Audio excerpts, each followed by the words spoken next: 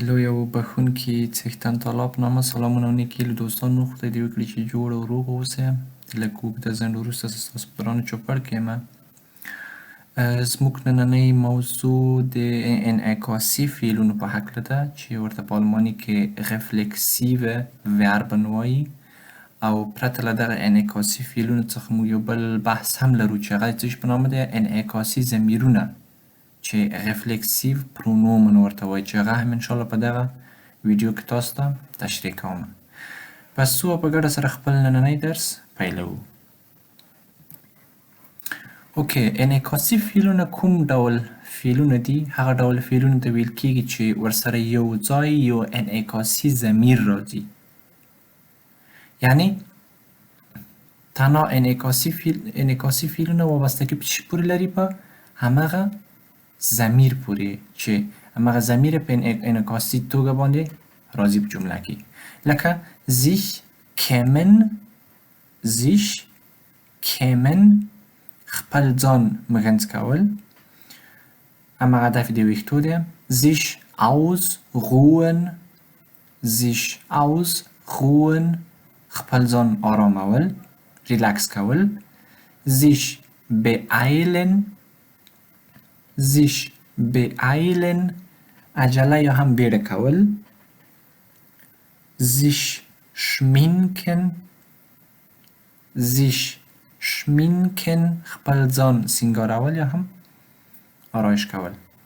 دا هم ځینې بیلګې شوې د انعکاسي فعلونو چې ورسره د انعکاسي ضمیر یو ځای راغلی ورسره. اوکې، مخکې ځو خپل دغه بحث ته ادامه ورکوو.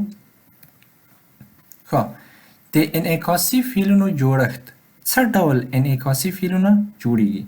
په الماني کې ورته وایي چې wie bildet man reflexive Verben?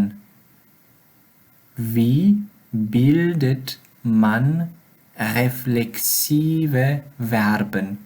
څه ډول سړی مثلا انعکاسي فعلونه جوړوي؟ Reflexive Verben bilden wir im Deutschen mit dem konjugierten Verb und dem zum Subjekt passenden Reflexivpronomen.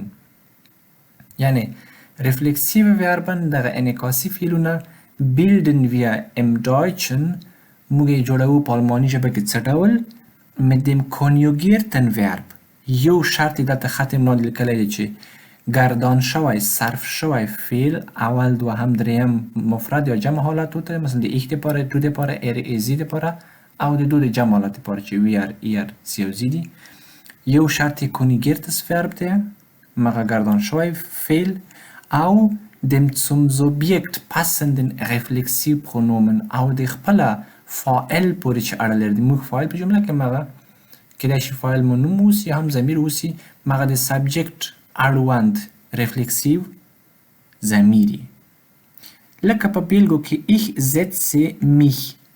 ګورئ دوستانو، انعکاسي فعل ته په پښتو ژبه کې موږ کولی شو چې هنداریز فعل هم ووایو، یعنی د هندارې چې برته موږ ته هغه کېږي، د موږ مربوط کېږي برته. اوکې، لکه ich setze mich زه کینمه، یعنی زه خپل ځان کینوم په یو ځای کې، مثلا زه غواړم دغلته کینم.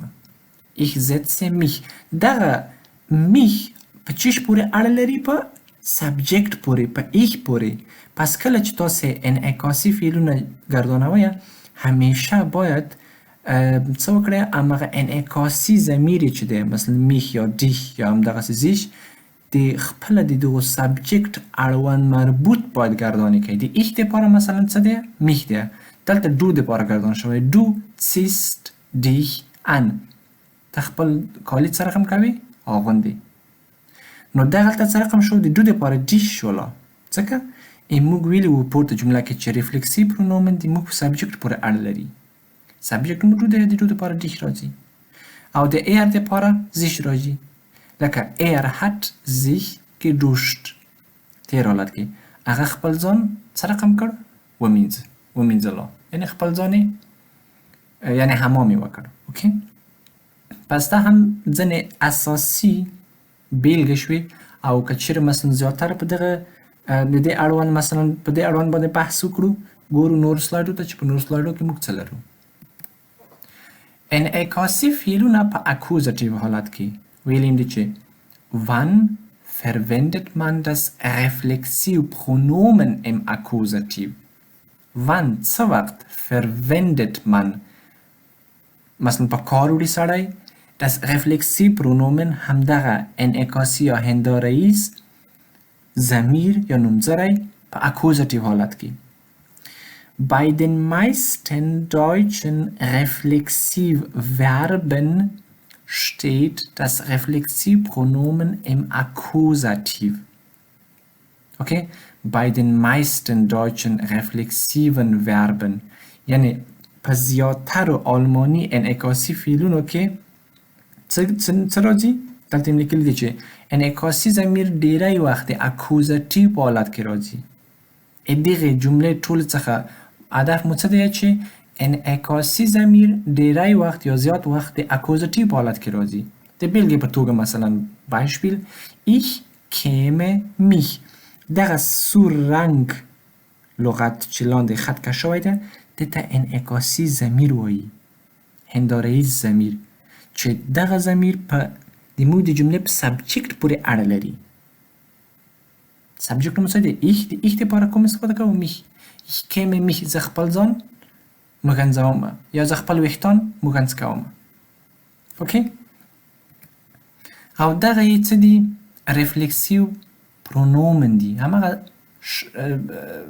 شخصي ضمیرونه دي چې په کوم حالت کې دي؟ په انعکاسي حالت کې. لکه د ich دپاره mich.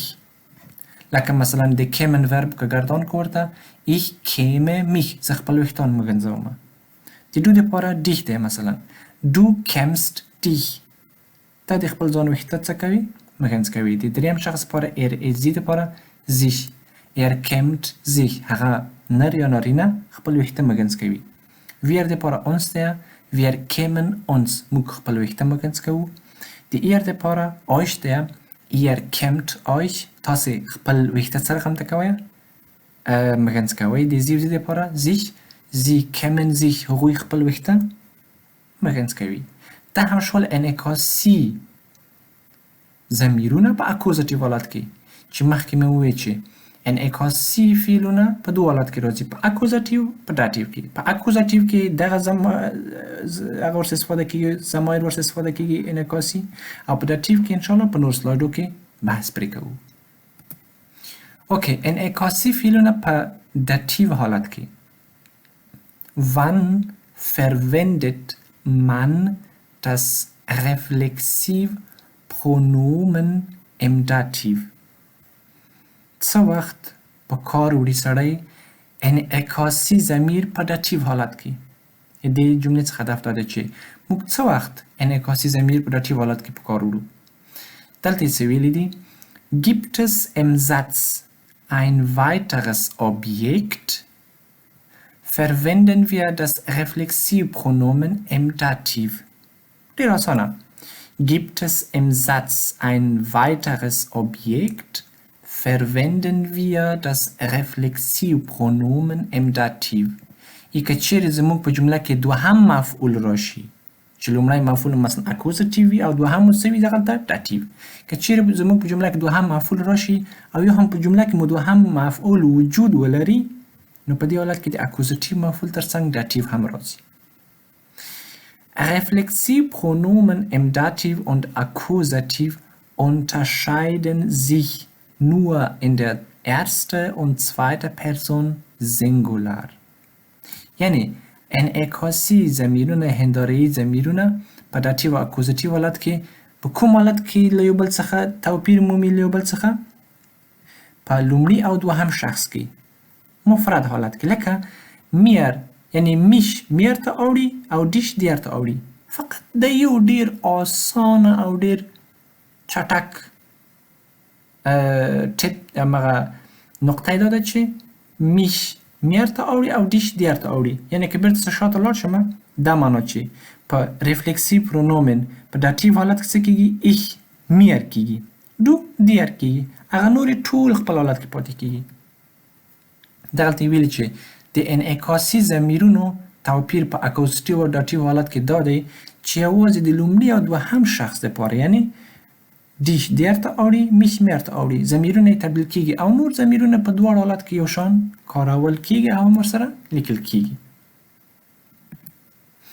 اوکې انعکاسي فعلونه په داتیو حالت کې دلته د بیلګې په توګه موږ څه لیکلي لکه ich putze mir die Zähne. زه د خپل ځان غاښونه څه رقم کومه؟ برس کومه. Ich putze mir die Zähne. دلته مو دوه دانې هغه شول دوستانو. دوه دانې آبجکت شول چې mir داتیو آبجکت شو die Zähne اکوزیتیو آبجکت شو. زه د خپل ځان لپاره څه کومه؟ غاښونه مې برس کومه. mir داتیو آبجکت شو چې mich په mir باندې واوښتو ځکه چې دوه دانې آبجکت هم کې راغلل. په نور کې خو یو ich käme mich مثلا زه خپل ویښته مګز کومه. او دلته چې دوه دانې آبجکت راغلل بیا مو یو داتیو شو یا اکوزیتیو mir mich مو mir ته واوښتو او د Zähne غاښونه مو اکوزیتیو آبجکت شو. پس زه د خپل ځان غاښونه برس کوم. بیلګه د انعکاسي هنداره‌ایز فعلونه په داتیو حالت کې. او دا هم د انعکاسي ضمیرونو مع جدول په داتیو حالت کې لکه ich mir ته اوړي چې مخکې مې ووی او du dir ته اوړي. هغه نور ټول په خپل حالت کې پاتې کیږي. er es sie wir ihr او sie sich او uns او euch او sich کیږي که هماغه په اکوزیتیو حالت کې چې فقط ich او du تغییر کړي لکه ich putze mir die Zähne. دغه mir په چیش پورې اړه لري؟ په سبجکت پورې. یعنې سبجکت مو چې هر څه وي باید مطابق د هغو باندې تاسو هغه ولیکئ ورته. انعکاسي ضمیر په اکوزیتیو داتیو حالت کې ولیکئ. ich putze mir ځکه ich دی mir شو دلته نه د ich دپاره mir دی. ich putze mir die Zähne. زه خپل غاښونه برسوم د خپل ځان دپاره غاښونه برسوم. du putzt dir die Zähne د er دپاره همغه sich. Er putzt sich die Zähne, die wir depara uns. Wir putzen uns die Zähne, die ihr depara euch. Ihr putzt euch die Zähne. Auch die sie depara sich. Sie putzen sich die Zähne. Da haben wir schon Reflexivpronomen im Dativ حالت کې. انعکاسي ضمایر په داتیو حالت کې. او دا هم یو جدول دی سرسری جدول دی چې انعکاسي فعلونه د اکوزیتیو او داتیو حالت کې په ټولو زمانو کې Beispiel für reflexive Verben mit Akkusativ Dativ in allen Zeitformen. کوم Zeitformen لرو؟ Präsenz, Perfekt, Präteritum, Plusquamperfekt, Futur 1 او Futur 2. لکه د Präsenz لپاره ich setze mich په اکوزیتیو حالت کې. ich په mich پورې اړه لري. mich په ich پورې اړه لري. یعنې تاسو د ich دپاره چې ګردانوئ یو انعکاسي ضمیر په اکوزیتیو حالت کې باید همغه ریفلکسیو پروناون یا همغه انعکاسي ضمیر باید په اکوزیتیو حالت کې د ich دپاره ولیکئ. ich دپاره mich دی. پس ich setze mich. زه دغلته کښېنم یو ځای هر ځای چې وي. او د هغه دپاره د داتیو دپاره du föhnst dir die Haare. ګورئ دوستانو په داتیو حالت کې بیا دوه دانې آبجکت شو. دلته یو آبجکت شو mich اکوزیتیو آبجکت شو. دلته دوه آبجکت دي. کوم دوه مفعول دي؟ یو dir دی چې داتیو آبجکت دی بل die Haare دی چې اکوزیتیو آبجکت دی. du föhnst dir die Haare. ته د خپل ځان دپاره خپل ویښته څه رقم ته کوي؟ همغه خوشکن ماشین ورته په هغو باندې خوش کوي وچوي سوري. د پرفکت دپاره ich habe mich gesetzt. او د داتیو دپاره که کوي du hast dir die Haare geföhnt. Präteritum ich setzte mich. او په داتیو حالت کې du föhntest dir die Haare. Plusquamperfekt ich hatte mich gesetzt. Dativ du hattest dir die Haare geföhnt. Futur 1 ich werde mich setzen. Du wirst dir die Haare föhnen. Futur 2 ich werde mich gesetzt haben. Du wirst dir die Haare geföhnt haben. دا هم شول شپږ ګونې زمانې چې په دغو ټولو کې څه ډول ښکاري انعکاسي ضمیرونه او انعکاسي فعلونه. دا و زموږ نننی درس دوستانو. خدای دې وکړي چې له دغه ویډیو څخه هم یو څه زده کړئ. که چیرې زموږ له چینل سره نوي یاست هیله ده چې زموږ چینل هم در سره سبسکرایب کړئ او زموږ د ټیک ټاک له اکاونټ څخه هم یوه لیدنه وکړئ. هغلته هم دوستانو هره دوشنبه، چهارشنبه او جمعه د شپې 9 بجې آنلاین توګه درس لرو. نو هیله ده چې په هغه کې هم ګډون وکړئ تر څو هغه ځینې اړینې او ورځنۍ ستونزې مشکلات چې لرئ هغه پکې حل کړئ. تر بیا چې زه تاسو په دوران چوپړ کې حاضرېږم، تاسو په لوی او بښونکي څښتن تعالی سپارم. تر بیا ښې چارې.